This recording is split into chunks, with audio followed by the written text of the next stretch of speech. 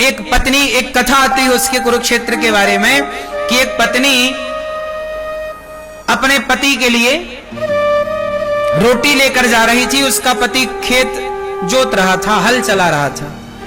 पता चला कि उसके पति को सांप ने डस लिया खेत में। जब सांप ने डसा और पत्नी रोटी लेके आ रही थी, अचार रोटी, पत्नी पहले के गांव में ऐसी न था, पति किसान खेत में काम करता तो पत्नियां जाया करती पति को देने के लिए रोटी इत्यादि। तो जब उसे पता लगा कि किसी ने बताया कि तेरे पति को तो सांप ने डस लिया और वो मर गया, तो उसकी पत्नी वहीं बैठी पेड़ की छांव में और सोची कि अब तो पति मर ही गया, चलो अचार रोटी रखी है, खा लेते हैं। तो उसकी पत्नी रोटियां खाने लग गई। तो भगवान कृष्ण ने अर्जुन से कहा कि अर्जुन, ये भूमि अच्छी है महाभारत लड़ने के लिए। क्यों? बोले इसका पति मर गया। पूछा महिला से, क्यों तुम्हारा पति मरा, तुम अचार रोटी खा रही हो, पति के पास क्यों नहीं जाती है? अरे बोले मर ही गया, जाने से होगा क्या, अब तो मर ही गया, हमारे रोने से जिंदा तो होगा नहीं, तो रोए क्यों? तब भगवान को लगा कि अच्छा यहां के लोग समझदार हैं, इतनी समझ है कि जब मर ही गया तो रोए क्यों। तो उस भूमि को चुना ताकि यहां पर योद्धा जब मरे तो उनकी विधवा पत्नियां यहां के रोए ना, क्योंकि रोएंगी तो वो युद्ध कैसे होगा। तो यहां मोह ममता कम है, इसलिए उस भूमि को चुना गया, कुरुक्षेत्र की भूमि को। बोलो हाँ, चलो अब चलते हैं महाभारत की तरफ।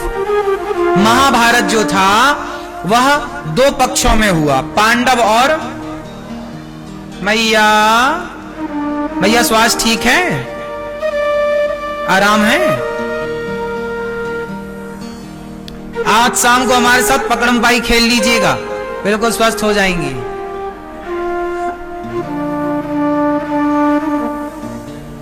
सुनो, ये बताओ महाभारत कितने लोगों के बीच में, कितने पक्ष? पीछे वाली मैया, हरी मैया, ओ हरी मैया, जा रही हो मेरी मां? टाटा। महाभारत का युद्ध कितने पक्षों में हुआ? कौरव और पांडव। पांडवों के पास सेना ज्यादा थी कि कम? और कौरवों के पास सेना ज्यादा थी कि कम? बताओ किसकी सेना शक्तिशाली थी? कौन पक्ष शक्तिशाली था? कौन सा? कौन सा? किनके तरफ ज्यादा योद्धा थे? किनकी तरफ? कौरवों की तरफ। कौरवों की सेना शक्तिशाली थी, कौरवों के साथ योद्धा ज्यादा थे, कौरवों के पास पराक्रम ज्यादा था, कौरवों के पास हथियारों की मात्रा ज्यादा थी, कौरवों के पास गुरु द्रोणाचार्य जैसे योद्धा थे, पितामह भीष्म जैसे योद्धा थे, दानवीर कर्ण जैसे योद्धा थे। पांडवों के पास इतने बड़े योद्धा नहीं थे, इतनी बड़ी सेना, इतनी बड़ी आर्थिक स्थिति, युद्ध लड़ने के लिए पैसा भी तो चाहिए, जबकि पांडवों का धन कौरव पहले ही हड़प चुके हैं, इंद्रप्रस्थ पर कब्जा कर चुके हैं। तो पांडवों का अपना कोई धन संपदा, तो पांडवों की सेना बड़ी कमजोर थी, पांडवों का पक्ष बड़ा कमजोर था, कौरवों का पक्ष बड़ा मजबूत था। लेकिन एक अच्छी बात थी कि पांडवों की सेना भले कमजोर थी, पर पांडव अर्जुन ने अपने रथ का सारथी किसे बना दिया? अब सोचो कि जिसकी गाड़ी भगवान चला रहे हो, भला उसकी हार कैसे हो सकती है?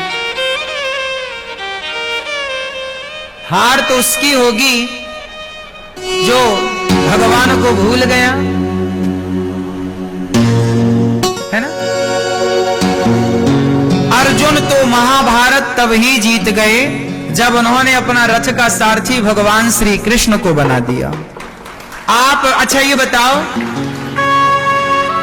आपकी गाड़ी कौन चला रहा है? अर्जुन की गाड़ी कौन चला रहे हैं? अर्जुन की गाड़ी भगवान चला रहे हैं, और आपकी गाड़ी हमारी मैया मोबाइल चला रही है। अर्जुन की गाड़ी कौन चला रहा है? बोलो मेरी मां। आपकी गाड़ी अभी नहीं चला रहे हैं भगवान, आप लोग अपनी गाड़ी खुद चला रहे हैं। हम आपसे बस इतनी प्रार्थना करेंगे कि जैसे अर्जुन ने अपना सारथी कृष्ण को बना दिया, आप जानो और आपका, ऐसे ही आप भी अपने जिंदगी की गाड़ी भगवान को ऐसे सौंप दो, प्रभु अब आपका परिवार, आपकी फैक्ट्री, आपकी दुकान, सब कुछ आपका, आप जानो और आपका। हाँ, पूरा है भरोसा, मेरी हार नहीं हो, ये प्रार्थना दिल की बेकार नहीं होगी, ये प्रार्थना दिल की बेकार नहीं होगी, पूरा है भरोसा, मेरी हार नहीं होगी। सावरा जब तू मेरे साथ है, सावरे सर पे तेरा हाथ है।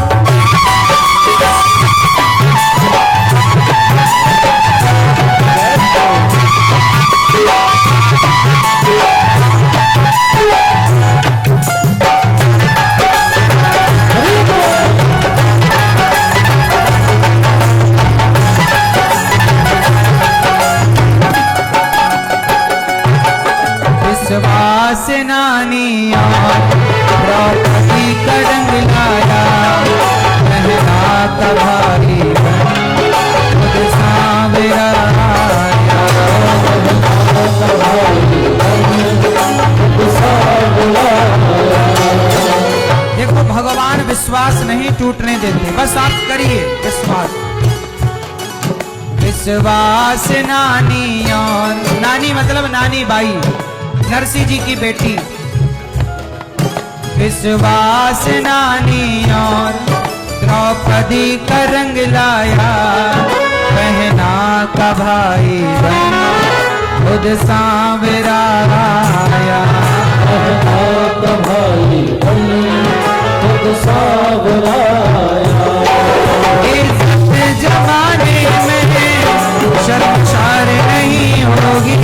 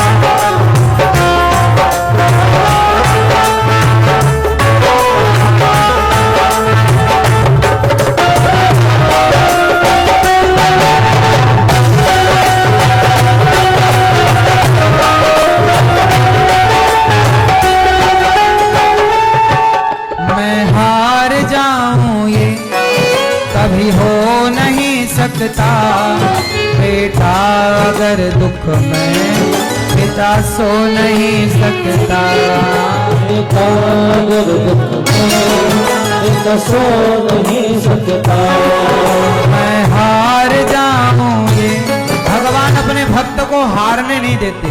अर्जुन तो तभी जीत गए जब उन्होंने कृष्ण को सारथी बना दिया। तालियों के साथ ये भाव कि हम भी भगवान के साथ हैं और प्रभु हमारे साथ। मैं हार जाऊंगे कभी हो नहीं सकता, बेटा अगर दुख में पिता सो नहीं सकता। बेटा अगर दुख में पिता सो नहीं सकता।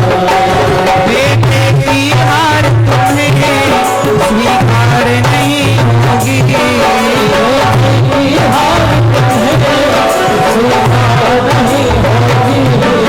बेटे की हार तुम्हें स्वीकार नहीं होगी। बेटे की हार तुम्हें स्वीकार नहीं होगी। है भरोसा मेरी हार नहीं होगी।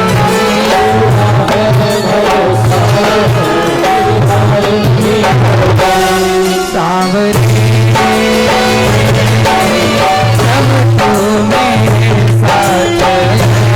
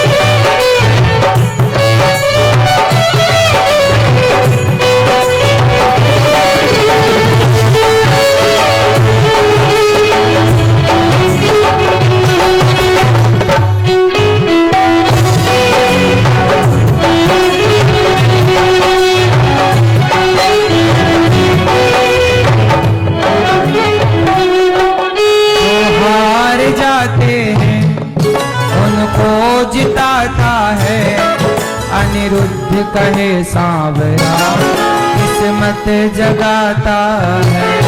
अनिरुद्ध कहे सांवरा किस्मत जगाता है।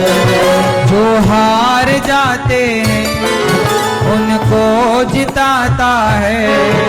अनिरुद्ध कहे सांवरा किस्मत जगाता है। अनिरुद्ध कहे सांवरा किस्मत जगाता है। दुनिया में ऐसी तो सरकार नहीं होगी। दुनिया में ऐसी तो सरकार नहीं होगी। पूरा है भरोसा मेरी हार नहीं होगी।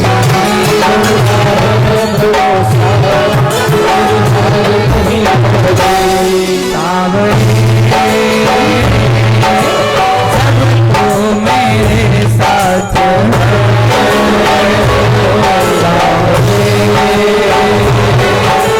सर पे तेरा हाथ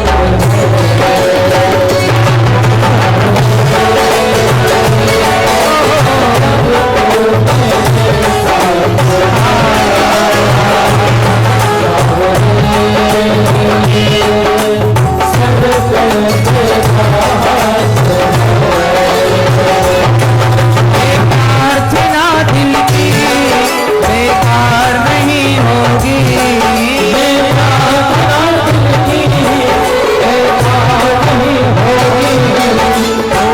है भरोसा मेरी हार नहीं होगी।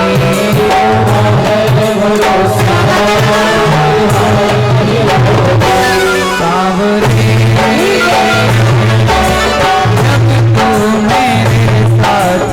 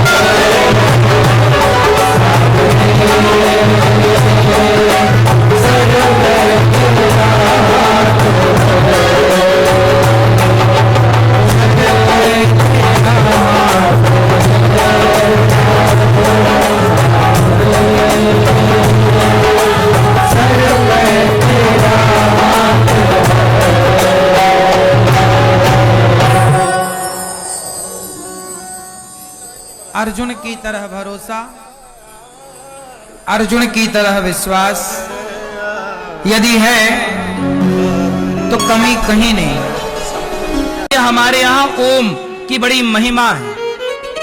आप लोग कोई भी नया घर बनाते हो तो घर में स्वास्तिक भी बनाते हो, श्री भी बनाते हो और ओम भी बनाते हो। बोलो हाँ। हमारे हर मंदिरों में ओम है, ओमकार कहते हैं। हमारे यहाँ शिव जी 12 ज्योतिर्लिंग में नर्मदा जी के किनारे एक ज्योतिर्लिंग बैठे कहाँ है? ओमकारेश्वर में। एक पूरा पर्वत है ओम के आकार का। बोलो हाँ, है कि नहीं? ओमकारेश्वर कहते हैं उन्हें। समझ में आई?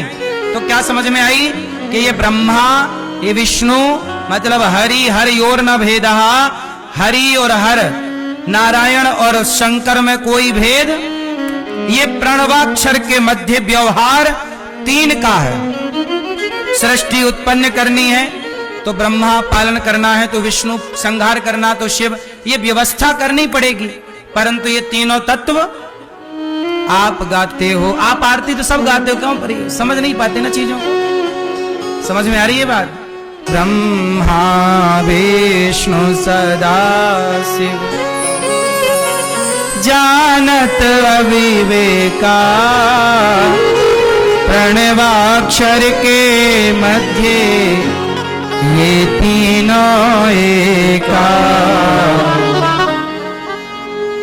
ओम जय शिव ओमकारा।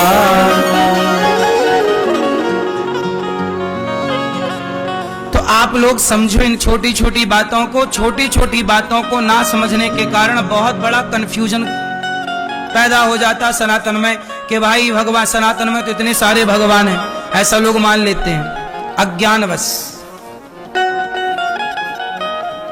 जबकि कोई ऐसी कंफ्यूजन है नहीं हमारे यहाँ, लेकिन अब जो नहीं जानता कुछ भी उसको तो है ही है। क्यों जी? बात समझ में आई? तो भगवान बिनु पग चलहि, सुनहि बिनु काना, कर बिनु कर्म करहि विधि नाना। राम अतर्क बुद्धि मन बानी, मत हमार अस सुनहि सयानी। जब जब होय धर्म की हानि, बाढ़हि असुर अधम अभिमानी। तब तब धरे प्रभु विविध शरीरा। पार्वती जी से शंकर जी कहते हैं, देवी जब जब धर्म की हानि होती है तब तब भगवान अवतार लेते हैं।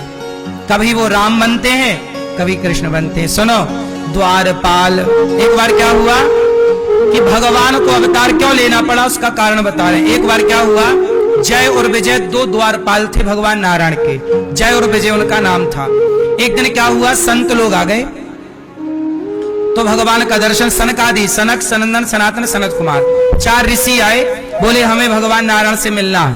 तो द्वारपाल तो अपने अभिमान में, एक खड़े रहो, हमारे भगवान अभी नहीं मिलेंगे, चलो। संतों ने कहा भाई भगवान ने कह रखा है कि संतों को कभी भी अंदर आने दो, पर द्वारपालों ने नहीं जाने दिया। द्वारपाल कहते ना, मंत्री जी का ड्राइवर ज्यादा घमंड दिखाता है, तो चल पड़े ऋषि, अंदर जाने लगे तो द्वारपालों ने रोका नहीं। तो ऋषियों ने श्राप दे दिया कि तुम बताओ, भगवान के द्वार में रहकर भी तुम्हें बिल्कुल ज्ञान नहीं है, कुछ समझ नहीं रखते हो कि जब भगवान ने कह रखा है कि साधु संतों को रोका ना करो, कभी भी आ सकते, तुम कौन होते हो रोकने वाले? तो संतों ने श्राप दे दिया, जाओ जय विजय, हम तुम्हें श्राप देते हैं, तुम 3 जन्मों के लिए राक्षस हो जाओ। जब बाहर शोर शराबा देखा तो भगवान दौड़े दौड़े आए। क्या हुआ? बोले प्रभु ये घुसने नहीं दे रहे अंदर, कह रहे हैं कि आप शयन कर रहे हैं। मैया शयन कर रही हैं, देखो भगवान वहां शयन कर रहे थे, मैया यहां शयन करने लग गई हमारी माँ। मैया राम राम। तो द्वारपाल जो है भगवान को बाहर निकलने के लिए मजबूर कर दिया। भगवान आए, क्षमा मांगी, संतों से प्रभु क्षमा कर दो, हमारे द्वारपालों से गलती हो गई, इन्होंने आपका अपमान कर दिया। अब द्वारपाल चरणों में गिर पड़े, प्रभु हमें तो श्राप मिल गया, कह रहे हैं राक्षस बनोगे। भगवान बोले चिंता ना करो, तुम 3 बार राक्षस बनोगे तो तुम्हारे लिए हम 4 बार अवतार लेकर के आएंगे।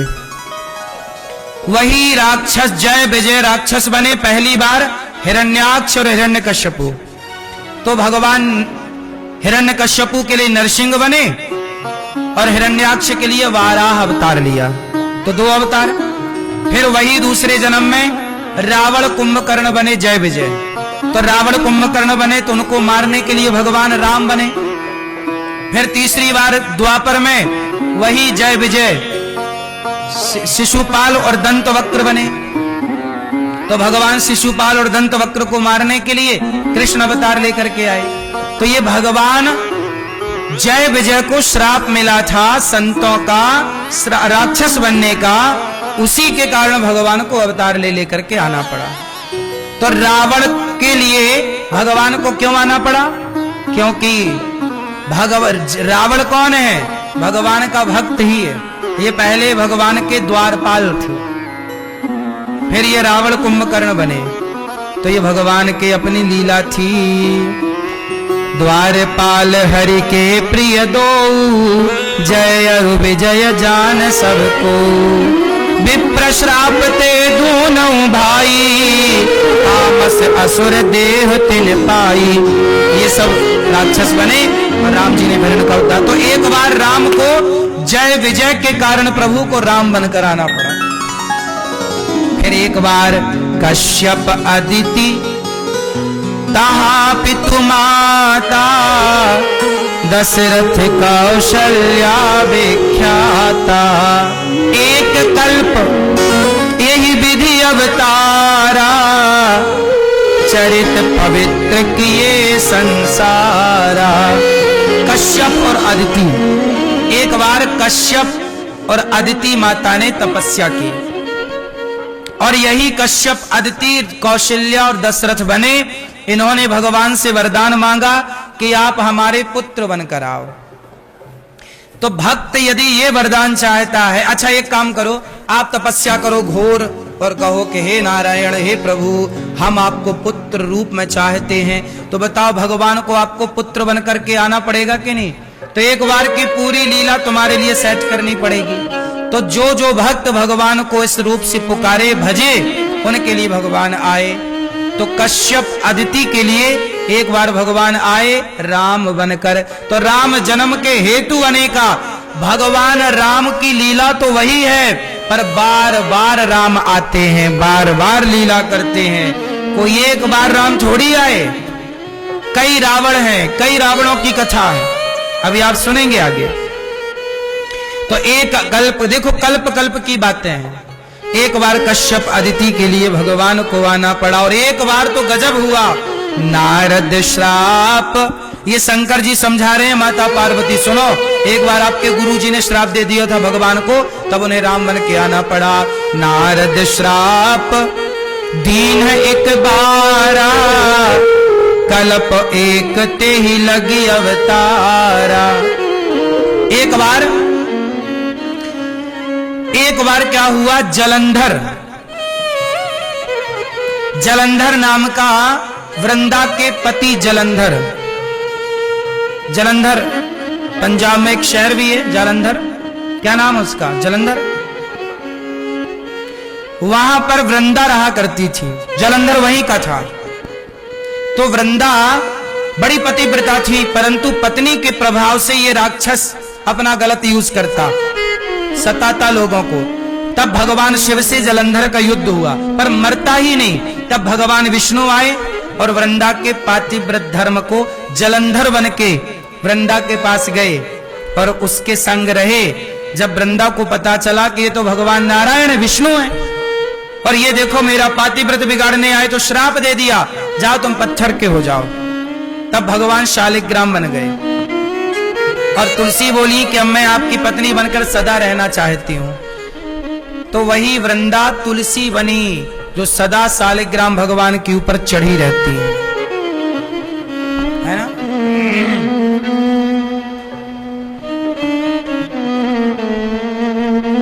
शालिग्राम भगवान के ऊपर कौन चढ़ता? तुलसी महारानी। ये तुलसी कौन है? पिछले जन्म की वृंदा। भगवान को श्राप दे दिया इन्होंने, जाओ पत्थर के हो जाओ, तब से शालिग्राम बन गए। तो शालिग्राम भगवान तुलसी के श्राप से बने, इसलिए सभी सनातनियों के घर में शालिग्राम भगवान तो होने ही चाहिए। शालिग्राम भगवान आपके घर में नहीं है मतलब आपका घर घर नहीं है। आपके घर में तुलसी नहीं है, शालिग्राम जी नहीं है और गौ माता नहीं है, तो आपका घर शमशान है, वह घर घर नहीं है, हैं? गौ माता नहीं है, चलो होनी चाहिए, तुलसी तो होनी चाहिए, या तो तुलसी हो या तो शालिग्राम, तीनों हो तो बढ़िया है, पर तीन नहीं है तो कम से कम तुलसी और शालिग्राम जी तो हो।